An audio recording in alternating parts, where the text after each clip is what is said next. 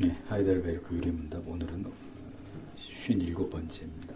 몸이 다시 사는 것과 사도신경의 이 고백의 제목을 가지고 함께 하나님의 말씀을 생각해 보겠습니다. 몸이 다시 사는 것을 믿는 이 위대한 부활신앙의 고백은 모든 성도들에게 있어서 가장 최고의 영광이고 우리에게 주어진 가장 영광스러운 특권이 아닐 수 없습니다.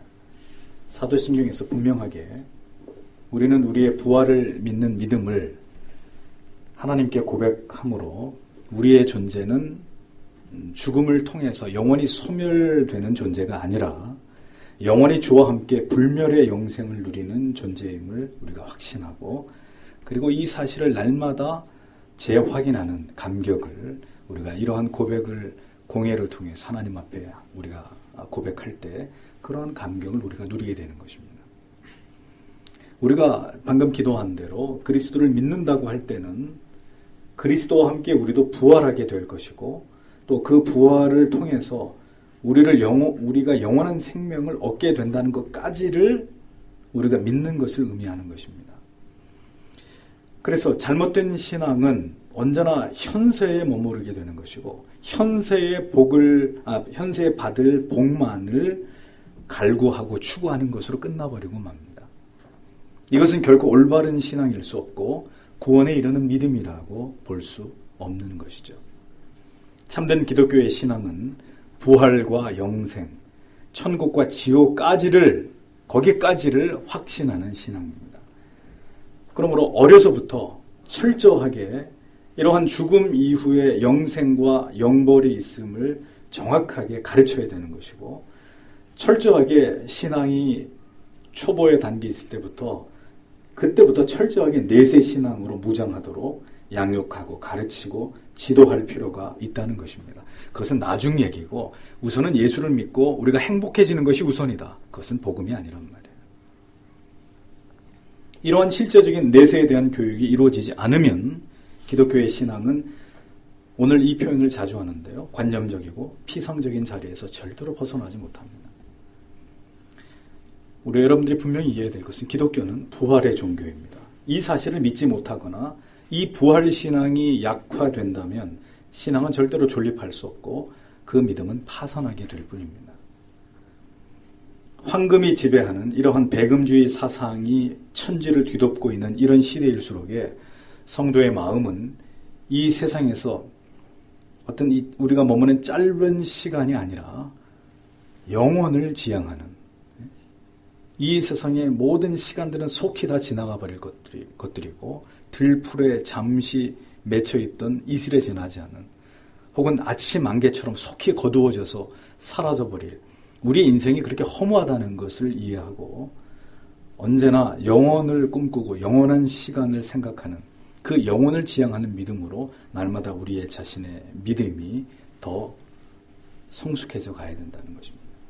보이지 않지만 반드시 존재하고 있는 우리의 돌아갈 본향을 생각하고 숨이 멎으면 잠시 후에 우리에게 열릴 영원한 세상을 늘 우리의 마음속에 그리면서 살아가는 그런 신자가 되기 위해서 힘쓰지 않으면 안 된다는 것입니다. 오늘도 우리는 이 사도신경 가운데 하이델베르크 유리문답 속에 계속 지금 사도신경을 한 구절씩 혹은 한 단어씩 이렇게 이 부분의 이 중요성들을 우리에게 해설해주고 있는데, 이 몸이 다시 사는 것과 라는 이 위대한 고백 속에 담겨진 교리적 진술을 통해서 다시금 오늘도 우리가 우리의 고개를 들어서 현실을 넘어서 영원을 바라볼 수 있는 그런 시간이 우리에게 있어야 할 것입니다. 우리가 생명이 있는 동안에는 우리는 영혼과 육체가 결합되어서 존재하게 됩니다. 그러나 어느 날 홀연히 죽음이 찾아오게 된 직후에 인간은 그 즉시 영혼과 육신이 분리가 되어지는 상태에 이르게 됩니다. 그래서 영혼은 하나님께서 창조하신 영혼이 존재하는 불멸의 것으로 그 영원한 세상 속으로 돌아가게 되는 것이고, 육신은 죽음 이후에 즉시 부패가 시작되면서 그 육체가 분해되는 과정을 통해서 흙으로 돌아가게 되어 있습니다. 성도는 죽음 이후에 영혼이 어떤 상태에 이르게 되는지에 대해서 오늘 교리는 성경의 여러 말씀을 토대로 해서 다음과 같이 우리의 사후의 영혼의 상태에 대해서 정확하게 우리에게 그것을 설명해 주고 있습니다. 즉 생명이 끝나는 즉시 우리의 영혼은 우리의 머리 되신 그리스도에게로 돌아가게 된다고 교리는 이야기를 합니다. 그리고 마침내 궁극의 구원 속으로 들어가게 된다. 이것이 성경의 가르침입니다. 그래서 우리는 이러한 말씀과 교리를 토대로 영혼 수면설이니 혹은 영혼 소멸설 혹은 연옥설 같은 것들을 단호하게 배격하는 것이죠. 왜냐하면 이러한 주장들은 모두 성경에서 말씀하고 있지 않은 주장들이기 때문입니다. 성경에 따르면 죽은 이후에도 성도의 영혼은 여전히 지각을 갖게 되고 하나님과 교제하고 교통하는 영화로운 상태로 들어가게 된다는 것을 우리에게 보여줍니다. 요한계시록 6장 10절을 보면 순교한 자들의 영혼이 제단 아래에서 큰 목소리로 이렇게 외친다고 말씀합니다. 거룩하고 참되신 대주제여, 땅에 거하는 자들을 심판하여 우리 피를 갚아주지 아니하시기를 어느 때까지 하시려 하나이까. 자, 누가 하는 얘기죠? 죽은 이후에 이미 주님의 품에 안긴 영혼들이 하나님을 향해서 외치는 음성입니다. 이런 말씀을 토대로 볼 때 영혼이 잠을 잔다거나 죽은 이후에 영혼이 잠을 잔다거나 그대로 영혼이 그냥 이 우주로 흩어져서 소멸이 되어버린다는 이런 주장은 성경적으로 볼 때 말이 되지 않는 것이고, 살아있어서 지각을 가지고 말하고 기쁨과 감격과 탄식을 경험하게 되고 하나님과 교통함 가운데 있게 된다는 사실을 우리는 성경을 통해 정확하게 이해할 수 있는 것입니다. 성경은 죽음 이후에 믿는 자들의 영혼의 상태와 처지에 대해서 이렇게 분명한 말씀으로 그 해답을 줍니다. 몇 구절 더 인용해 보면 누가복음 23장 46절에서는 아버지 내 영혼을 아버지 손에 부탁하나이다 라고 했습니다. 죽은 이후에는 즉각 그 영혼이 하나님의 품으로 돌아간다는 것을 주께서 말씀하셨고, 사도행전 7장 59절에는 주 예수여 내 영혼을 받으시옵소서. 누가 한 얘기죠? 스데반이 한 얘기죠. 누가복음 16장 22절에 그 거지가 죽어 천사들에게 받들려 아브라함의 품에 들어가고, 자, 죽으면 즉시 영혼은 이렇게 하나님이 말씀을 통해 우리에게 약속하신 대로 주님의 품으로 신속히 들어가게 되는 것입니다. 이러한 성경의 본문은 분명하게 영혼이 몸에서 분리된 이후에도 어떤 식으로 활동하는지에 대해서 그 일부를 정확하게 우리에게 설명하고 있다는 것을 발견할 수 있습니다. 성경은 어디에도 죽음 직후에 우리의 영혼이 죽게로 돌아갈 뿐이지 연옥이나 그 밖에 어떤 다른 곳으로 가지 않음을 분명하게 말씀하고 있습니다. 그러므로 죽은 영혼이 구천을 떠돌며 귀신이 된다는 얘기는 성경적인 얘기일까요? 전혀 황당무계한 이야기에 지나지 않는 거예요. 그럼 귀신을 왜 두려워해요? 존재하지 않는 걸 왜 두려워해요? 구천을 떠도는 귀신이 어디 있어요? 죽은 즉시 그 영혼은 육체와 분리되어서 주님께로 가든지, 다시 뒤에 얘기하겠습니다만, 죽은 자의 하나님을 알지 못하는 자의 영혼은 그 즉시 지옥에 떨어져서 그때부터 영혼이 느끼는 고통, 영혼이 지각할 수 있는 고통 아래 놓이게 된다는 것이 성경의 설명이에요. 그럼 귀신이 어디냔 말이에요.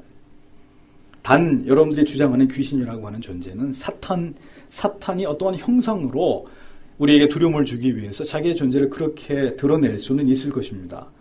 그러나 귀신은 성경적으로 볼 때 존재할 수 없는 어떤 그 존재가 되는 거죠.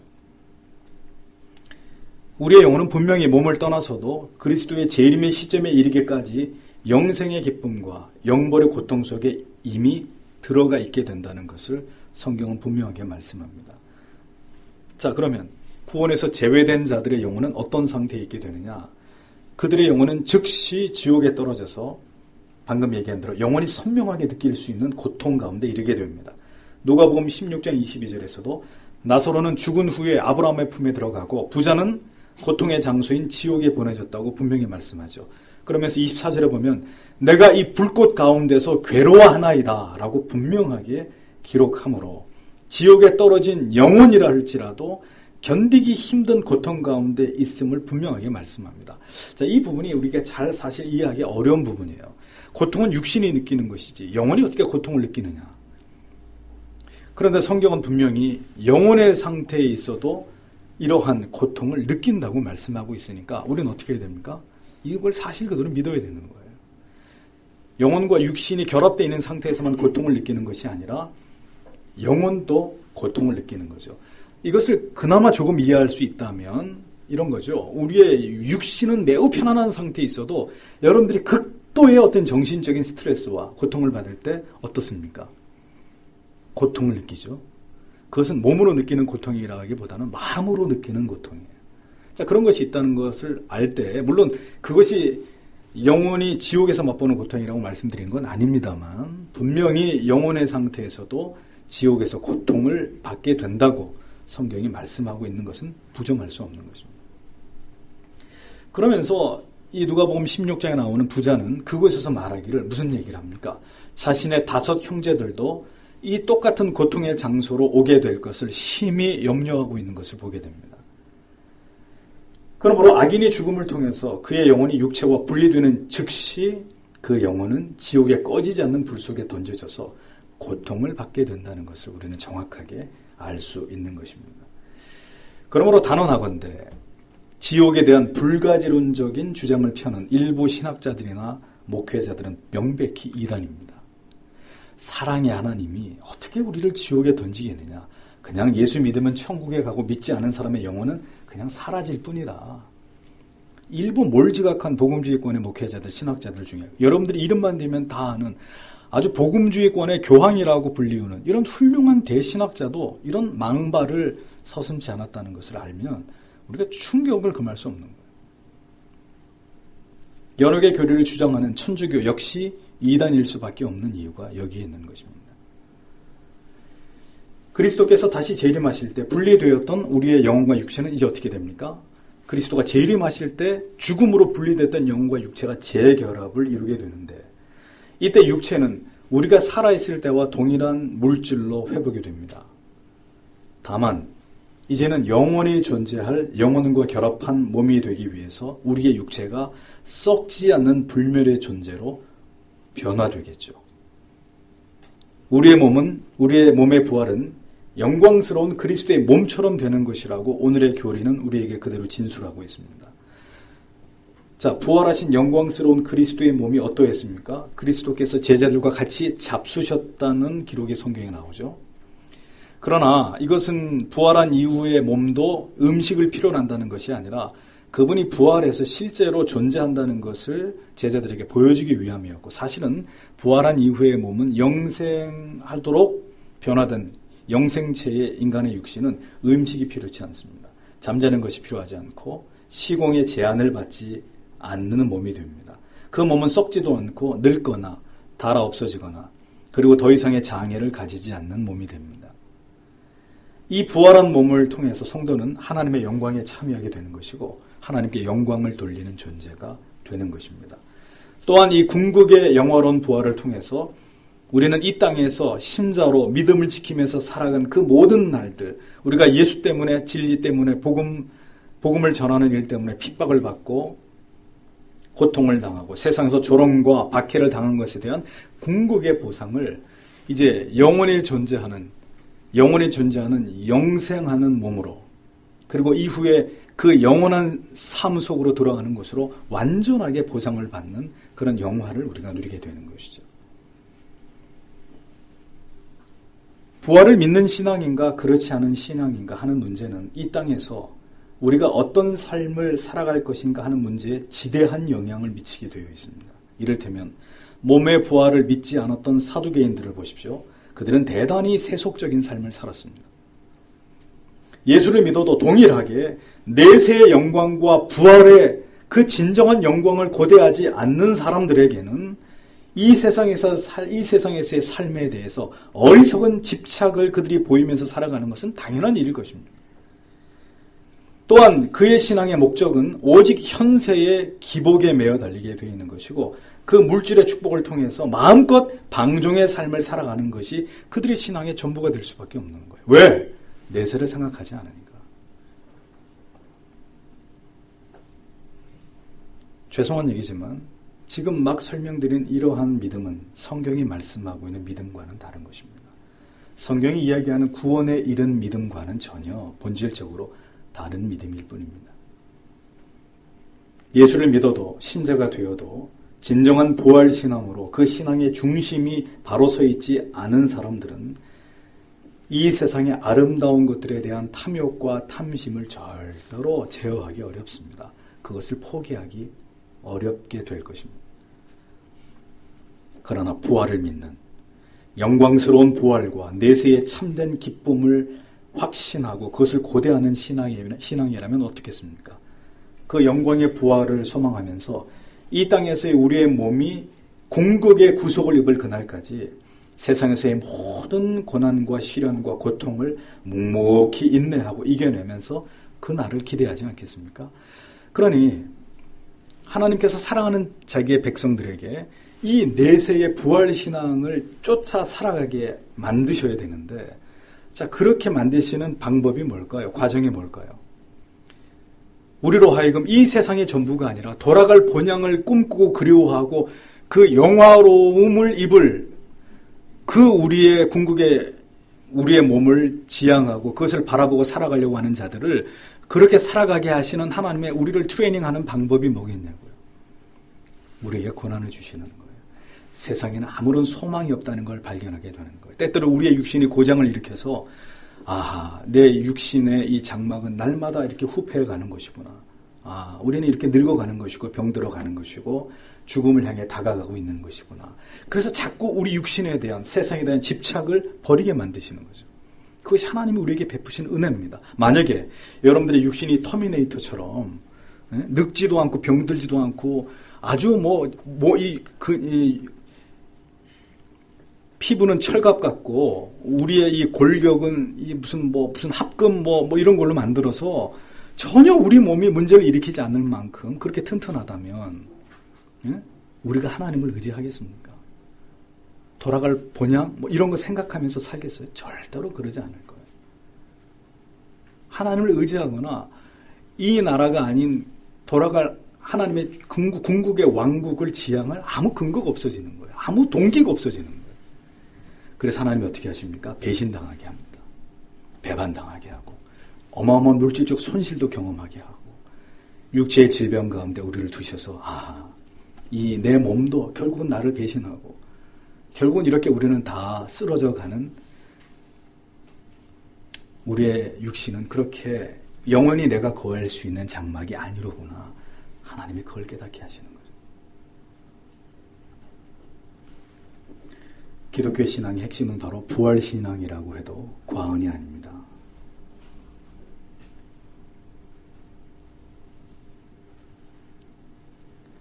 부활을 믿는 그리스도인이 있고 부활을 믿지 않는 그리스도인이 있는 것이 아니라 죽음 그 이유를 생각하고 고대하고 내세에 대한 분명한 확신이 없는 사람은 죄송한 얘기지만 그리스도인이 아닌 것입니다. 부활신앙이 없는 믿음이 연약한 그리스도인이 아니라 그런 말은 성립될 수 없는 것이고 부활의 확신이 없는 사람은 그리스도인이 아닌 것이죠. 이 세상이 더 아름다워지고 화려해질수록 그리스도 밖의 사람들은 육신에 대해서만 과도한 집착과 욕망을 가질 뿐 점점 더 자신의 영혼과 죽음 그 이후의 내세에 대해서는 점점 무관심해질 것입니다. 그리고 그렇게 점점 세속의 자랑과 육신의 정욕을 쫓는 것으로 결국 그 자신이 누구인지를 드러내게 될 것입니다. 진실로 회심을 경험하지 않은 자들은 결코 부활의 소망에 마음의 닻을 내리지 않을 것이고 그들은 반드시 마지막 세상에서 배도의 길로 가게 될 것입니다. 아주 확신 있게 제가 말씀드릴 수 있어요. 참된 부활의 소망과 영생의 감격으로 우리 영혼을 무장하지 못하면 결국 우리는 세상의 화려하고 아름다움에 취해서 어느 순간 우리의 영혼을 잃어버리는 자들이 될 수 있다는 것입니다. 신령한 몸으로 다시 살아남을 확신하고 계십니까? 여러분들의 믿음이 그것까지를 포함하고 있는지 여러분 자신에게 질문해 보십시오. 찬란한 하늘의 영광에 참여하여서 그리스도와 함께 완전한 연합 속에서 우리가 참으로 영원로운 존재가 될 것이라는 사실에 대한 참된 사모함과 소망이 오늘 여러분 마음속에 있는지를 확인해 보시란 말입니다. 과연 우리가 믿고자 하는 것이 무엇이고 그 믿음의 결과로서 우리가 뭘 얻고자 하는 것인지 우리의 구주께서 약속해 주셨습니다. 요한복음 5장 28절에 무덤 속에 있는 자가 다 그의 음성을 들을 때가 오나니, 요한복음 6장 44절에 그를 내가 마지막 날에 다시 살리리라. 우리가 이 세상을 떠나갈 때 모든 것이 확실해질 것입니다. 그러므로 다시 말씀드리거니와 사실 우리에게 너무나 시급한 문제는 내일 우리가 뭘 먹을까, 뭘 입을까, 이 문제가 아닙니다. 오늘 주께서 우리의 생명을 취하실 때 내 영혼은 그 즉시 어디에 거하게 될 것인가? 매일매일 가장 시급한 이 질문에 대한 해답을 날마다 우리 안에서 우리는 더 분명하고 뚜렷하게 이 해답을 찾아가야 됩니다. 그것이 가장 중요한 일이고 우리에게 지금 가장 시급한 일이란 말이에요. 다니엘서 12장 2절에 땅의 티끌 가운데서 자는 자 중에서 많은 사람이 깨어나 영생을 받는 자가 있겠고 수치를 당하여서 영원히 부끄러움을 당할 자도 있을 것이며 라고 했습니다. 요한복음 5장 28절 29절에서는 무덤 속에 있는 자가 다 그의 음성을 들을 때가 오나니 선한 일을 행한 자는 생명의 부활로 악한 일을 행한 자는 심판의 부활로 나오리라 말씀하셨습니다. 마태복음 13장 43절에는 그때의 의인은 자기 아버지 나라에서 해와 같이 빛나리라 라고 성경은 약속하고, 마태복음 25장 41절 46절은 저주를 받은 자들아 나를 떠나 마귀와 그 사자들을 위하여 예비된 영원한 불에 들어가라.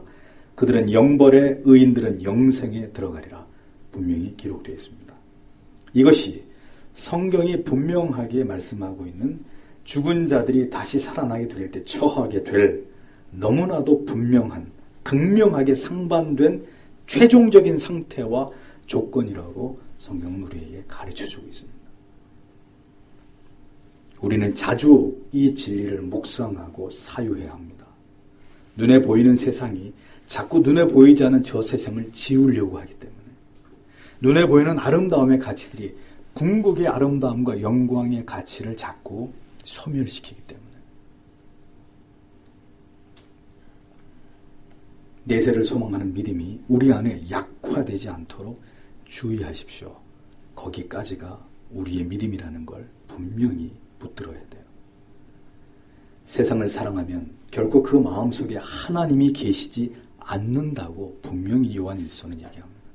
세상을 사랑하면 결코 내세에 대한 소망, 부활에 대한 확신은 우리 가운데서 소멸되게 되어 있습니다. 결국 마귀가 노리는 것이 바로 이것입니다.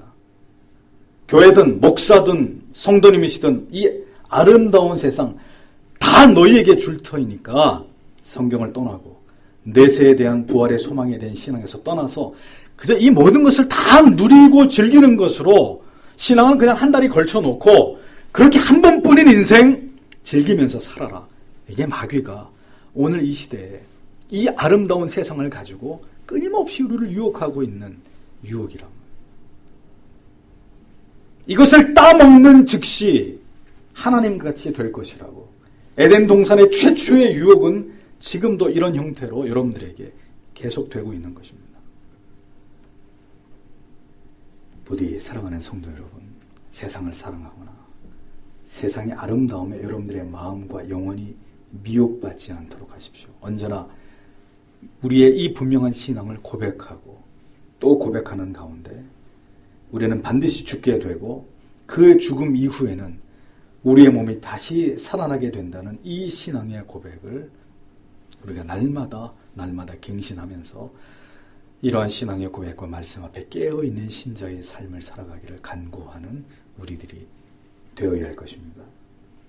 인생에서 아무리 힘들고 어려운 때에도 사랑하는 가족들에게 이 부활신앙으로 서로를 위로하십시오. 그리고 서로를 격려하십시오. 때로는 이 말씀으로 경고하십시오. 그래서 끝까지 이 믿음을 지켜나가는, 우리는 다시 사는 불멸의 존재로 하나님 앞에서 영화되어질 영생을 누릴 자들이라는 이 믿음 끝까지 지켜나가는 하나님의 자녀들이 다 되시기를 축복합니다. 기도하겠습니다.